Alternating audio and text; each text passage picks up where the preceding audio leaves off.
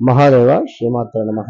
Welcome to our channel శ్రద్ధా భక్తి channel. ఇప్పుడు లక్ష్మీ కటాక్షము శీఘ్రంగా ఏ విధంగా పొందాలి అనుకున్నా ఇక్కడ శీఘ్రంగా లక్ష్మీ కటాక్షము పొందేటువంటి మంత్రం గురించి ఈ యొక్క వీడియోలో మనం తెలుసుకుందాం. క్షుణ్ణంగా కూడా ఇక్కడ హరి లేని సిరి మాత్రం రాదు.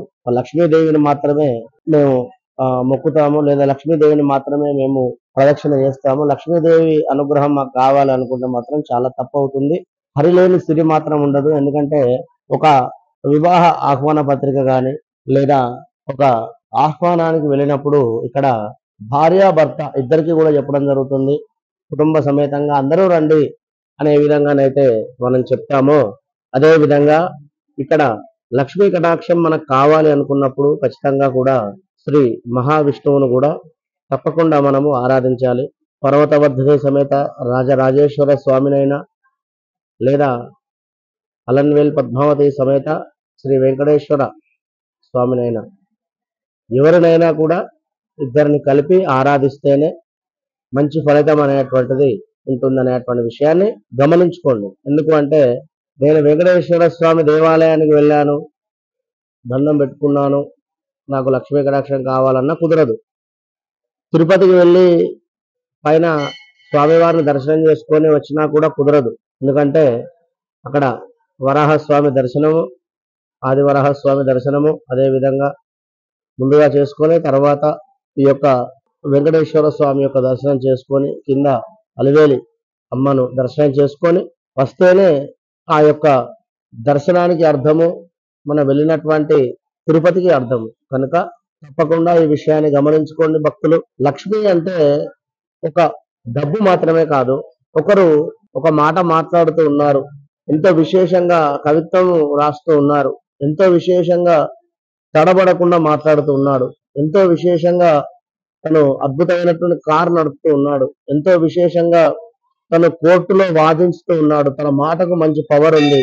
అదేవిధంగా ఎంతో విశేషంగా తను ఒక సినిమా స్టోరీ రాయగలుగుతున్నాడు. ఇలా ఒకటి రెండు అనేటువంటి విషయాలు కాకుండా అన్ని విషయాల్లో కొందరికి కొన్ని కొన్ని ఆ యొక్క భగవంతుడు ఇవ్వడం జరుగుతుంది. అదేవిధంగా ఇక్కడ లక్ష్మి అంటే ఒక డబ్బే అనే కాదు. ఇప్పుడు భరతనాట్యం చేసేటువంటి వారికి చక్కగా కూడా వారు నాట్యం చేస్తూ ఉంటారు, వారి నాట్యంలో లక్ష్మి ఉంటుంది. అదేవిధంగా ఇలా ఏదైనా వారి వారికి సంబంధించినటువంటి వృత్తులలో లక్ష్మి అనేటువంటిది తప్పకుండా కూడా ఉంటుంది. కనుక మరి ఇక్కడ డబ్బులు అనేటువంటిది అందరికీ అవసరమే, కానీ లక్ష్మీ కటాక్షంలో భాగంగా ఏదైనా కూడా మీరు మనసు పూర్తిగా కూడా దానిని ఆస్వాదించాలి. తప్పకుండా మనసు పూర్తిగా ఆస్వాదించాలి అనేటువంటి విషయంలో ఒక చిన్న మాట నేను చెప్తాను. ఇది కరెక్ట్ గా కూడా మీరు మనసులో పెట్టుకొని అర్థం చేసుకోగలరు. ఎందుకు అంటే ఇది నాకు ఈ సెంటెన్స్ బాగా నచ్చింది.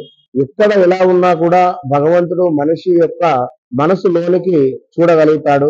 ఎవరైతే భగవంతుని కోరికకు అంటే భగవంతుని కోసము వ్యాకులాడతారో, అంటే ఆ యొక్క శ్రీరామచంద్రమూర్తి గాని లేదా ఆ యొక్క ఈశ్వరుడు గాని ఇలా మనసులో ఎవరైతే వ్యాకులాడతాడో, అంటే మానసికంగా భగవంతుడు అంటే ఇట్లా కనెక్ట్ అయిపోయి ఉంటారో, ఆయనను మాత్రమే కోరుతారో, భగవంతుని కొరకు వ్యాకులత చెంది ఆయనను మాత్రమే కోరేటువంటి వారు, అటువంటి మనిషికి ఆయన తప్పకుండా కూడా ప్రత్యక్షం అవుతూ ఉన్నాడట.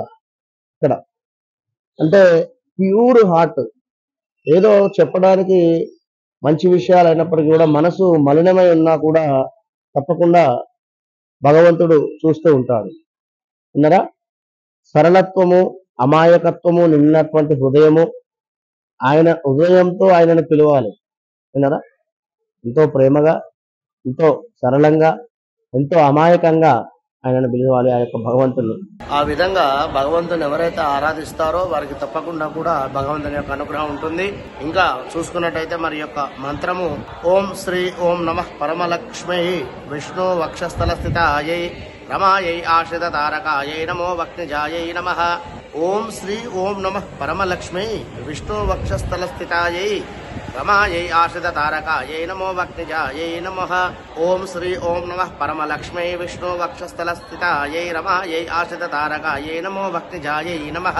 ఇది మంత్రాన్ని ఎవరైతే తప్పకుండా కూడా 40 రోజులు విడిచిపెట్టకుండా 108 సార్లు పారాయణం చేస్తారో వారికి తప్పకుండా కూడా శ్రీ అమ్మవారి యొక్క అనుగ్రహం ఉంటుంది. అదేవిధంగా ఓం నమో భగవతే వాసుదేవాయ, ఓం నమో భగవతే వాసుదేవాయ అనేటువంటి మంత్రాన్ని కూడా యాడ్ చేసుకోండి ఇందులో.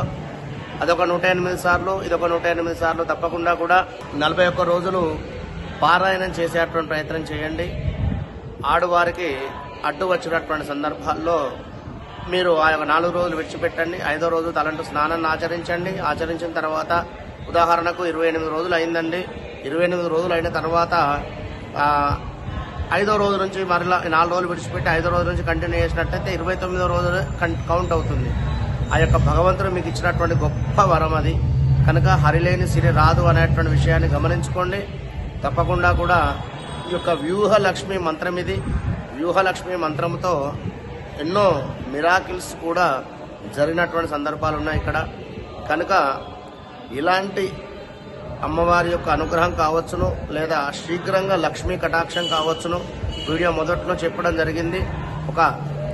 ఏదైనా ఒక డ్యాన్స్ కావచ్చును, ఒక పాట కావచ్చును, లేదా ఒక కరాటే కావచ్చును, లేదా మరొకటి ఎవరెవరికి వారి వారి ఫీల్డ్కు సంబంధించి గొప్ప వరము తప్పకుండా ఉంటుంది. ప్రతి మనిషిలో కూడా ఏదో ఒక తెలియని వైబ్రేషన్ అనేటువంటిది ఉంటుంది. కనుక తప్పకుండా మీకు అలాంటి విషయాలు ఏవైతే మీరు గుర్తించుకోలేకపోతున్నారో తప్పకుండా వారు ఈ యొక్క వ్యూహలక్ష్మి మంత్రాన్ని జపం చేయండి. 40-41 రోజులు కూడా. ఈ 41 రోజులు ఎవరైతే జపం చేసుకుంటారో వారికి తప్పకుండా కూడా అమ్మవారి యొక్క అనుగ్రహం 100% కూడా ఉంటుందండి.